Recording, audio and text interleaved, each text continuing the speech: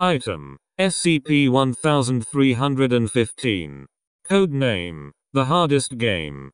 Object Class: Safe. Special Containment Procedures: SCP-1315 is kept in secure storage at Site-15. It is stored within a small safe on premises, the code to which can be requested via a written application from Dr. Dart. As SCP-1315 will not exhibit any anomalous effects unless directly interacted with, no further containment is necessary. Description: Item: SCP-1315 is what appears to be a standard 5.5 x 4.1 inch video game cartridge, for use with the North American version of the Nintendo Entertainment System console, also known as the NES. The cartridge is manufactured out of gray plastic, and is unlabeled. According to an operation manual packaged with the cartridge, the game is entitled Professor Ghoul's Terrifying Horror Challenge and is accompanied by a subtitle reading a realistic high-stakes action game for 1 to 2 players. When the cartridge is used in a Nintendo Entertainment System, a black screen appears, containing nothing except a simple menu with the option for a single-player or a 2-player mode.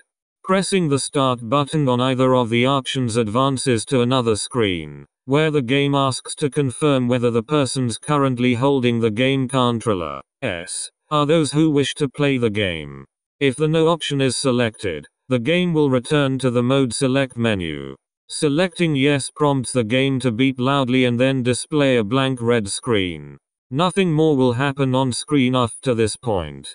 At this point, the game will begin, and the players of the game will be subjected to a series of increasingly horrific challenges that apparently manifest in the physical world. While players will report being chased by monsters from within the game, it appears, to the best of the Foundation's knowledge, that these elements of the game are only visible to the players, and do not exist for other people who happen to be in the same area. The challenges involve players escaping from or combating hostile creatures over a series of levels. Each time a challenge is won, the game will inform the player of the objective for the next, and then the game will continue. The game's manual claims the fun never ends and does not specify how many challenges must be completed to win the game, if it can be won, though D-class personnel who have played the game have thus far managed to reach level 33. Once the game has begun, it cannot be halted until the players either win or are defeated. Turning the Nintendo Entertainment System off simply renders the players unable to receive hints from the game, and physically leaving the area in which the game is set up simply causes the phenomena manifested by the game to follow the players elsewhere. Those playing the game grow gradually more distressed as the challenges continue, until they report that the game has become too hard for them, and they are captured by the enemies within the game, which prompts the game to end and the players to disappear. It is not currently known where the players are taken upon losing the game. Additional materials. Test log 1315-1. It appears that the content of the game is static, and does not change on subsequent playings. Different players have reported similar events occurring on certain levels, though there does appear to be some element of randomness, as some slight variation has been observed. Test log 1315-1. Level 1. A large number of either spiders, rats or various insects attempts to overwhelm the player. A large container of insecticide or rodent poison appears somewhere within meters of the player's location. The player wins this level when the vermin are destroyed. Level 3. A group of 2-6 wild animals made up of any composition of bears, wolves and large cats attempts to eat the player. The player must survive for 1 hour. A shotgun and an accompanying box of rounds appears within meters of the player's location, but using it to kill any of the animals causes 2 more animals of the same species to appear within 5 minutes. Level 7.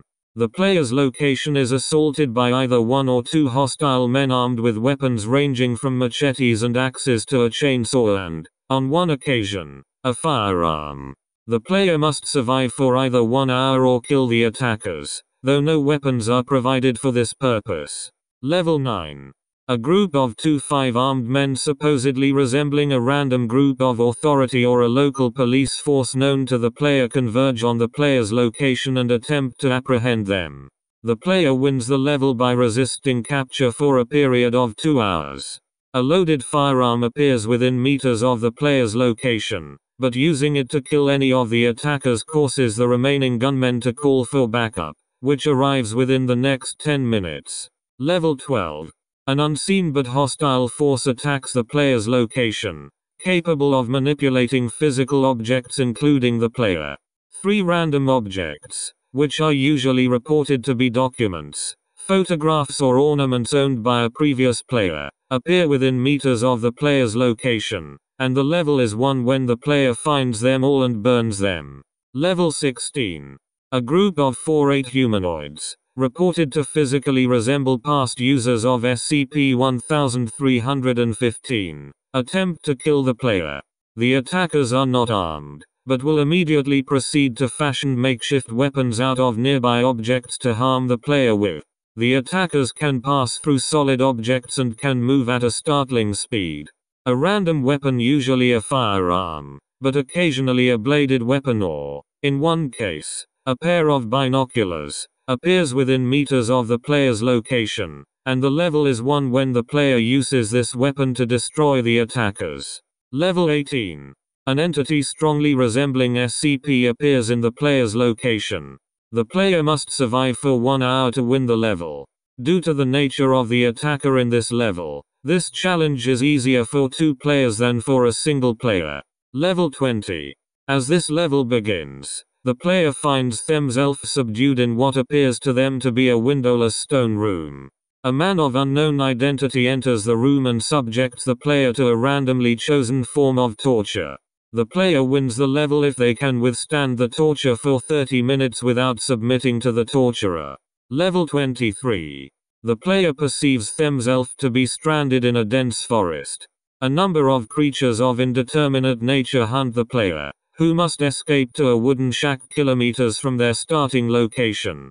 Entering the shack returns the player to their original location and ends the level. Level 27. The player perceives themselves to be in what is reportedly a run-down urban area. In darkness, a number of shadow entities attack the player if they move too fast or make too much noise. The player's objective is to proceed to an area kilometers from their starting location, where they will find a weapon which they can use to destroy the entities. The level is won when the entities have been destroyed. Level 28. Entities resembling relatives and people of some importance to the player appear at the player's location.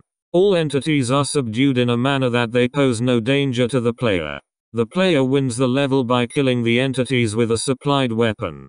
This level has caused severe distress in all D-class personnel who have tested the game, as the player's victims reportedly address the player personally and appeal to events that are known to the people the victims in this level resemble. Level 29. The player perceives themselves to be on the top floor of an outer tower of a medieval-style castle that overlooks an expanse of forest. A heavily armed, extremely hostile attacker calling himself the Professor chases the player and attempts to kill them. The player must find keys which are randomly hidden throughout the castle, then escape from the castle grounds to win the level. Level 31. The player is on a vast island containing the remains of what appears to be an abandoned military complex, a small urban area, a network of underground tunnels and patches of dense forest. The player is pursued by the attacker from level 29, as well as a group of 3-6 humanoid attackers resembling the victims from level 28, who all move faster than the player and appear to communicate with telepathy. The player's goal is to survive for 24 hours. At every third hour, 2-4 additional humanoids, who take on the appearance of past players, materialize within the game zone. The player is not provided with any weapons, though one D-class operative reported being able to stun an attacker by hurling a large rock at its head. It reportedly recovered within 30 seconds, though this gave the operative enough time to escape. Level 33. Data expunged. Test log 1315-2.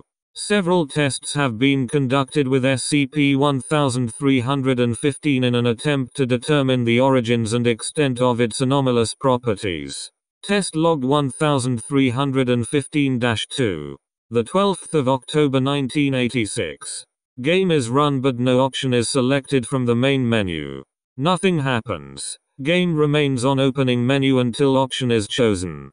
The 11th of November 1986. Single player option is selected, using mechanical factory arm to manipulate controller. Game determines D-class personnel operating mechanical arm to be the player. Game begins as normal. The 9th of December 1986. Above test is repeated, this time using pre-programmed probe robot to manipulate controller. Game refuses to advance past player confirmation screen. The 12th of February 1987. NES is turned off during a game and then an attempt is made to turn it on again. Console fails to turn on. The 21st of February 1987. SCP-1315 is removed from NES during a game with the console remaining on. Console does not turn off. Red screen remains, and players report still being able to receive messages from the game. The 8th of March 1987. Above test is repeated, but SCP-1315 is then inserted into a different NES console and the power is turned on. Game refuses to start. The 19th of June 1988. Foundation researchers attempt to interfere with the game providing weaponry and supplies to the player.